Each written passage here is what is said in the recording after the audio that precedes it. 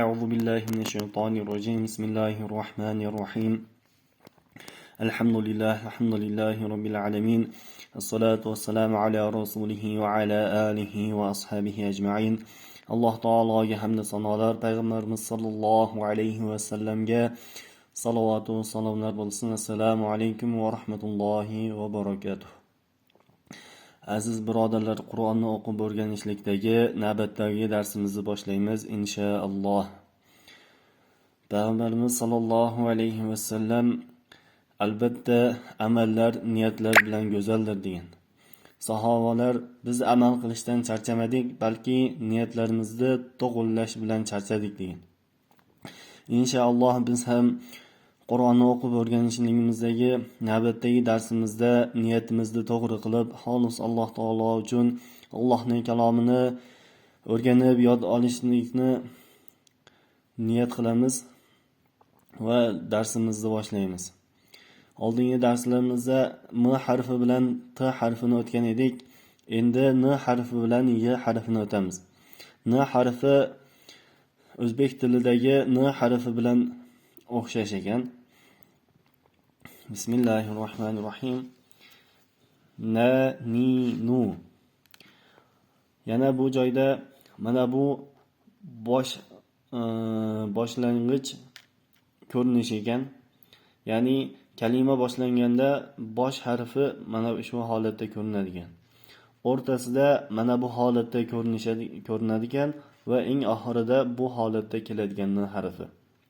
Ya'ni shu holatga e'tibor berishimiz kerak. Boshlanganda mana bunday boshlanadi, o'rtasida kelganda mana bunday ko'rinadi va eng oxirida bunday ko'rinadi. An, in, zin, man, min, nam,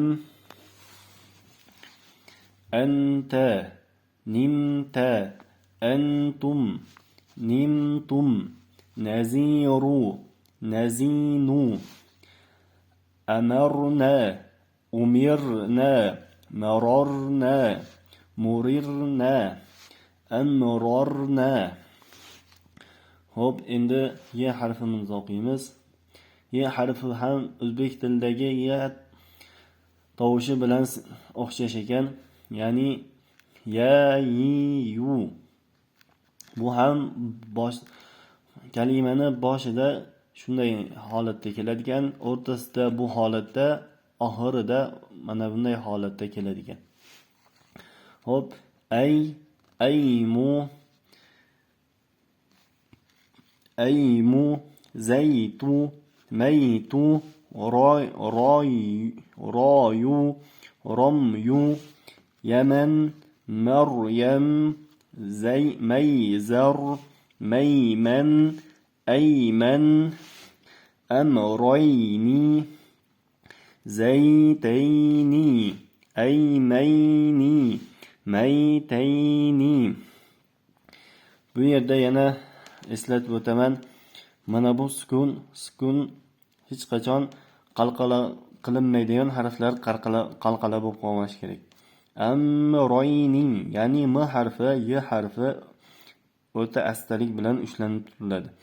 Amrayni, zaytayni, aymayni, maytayni.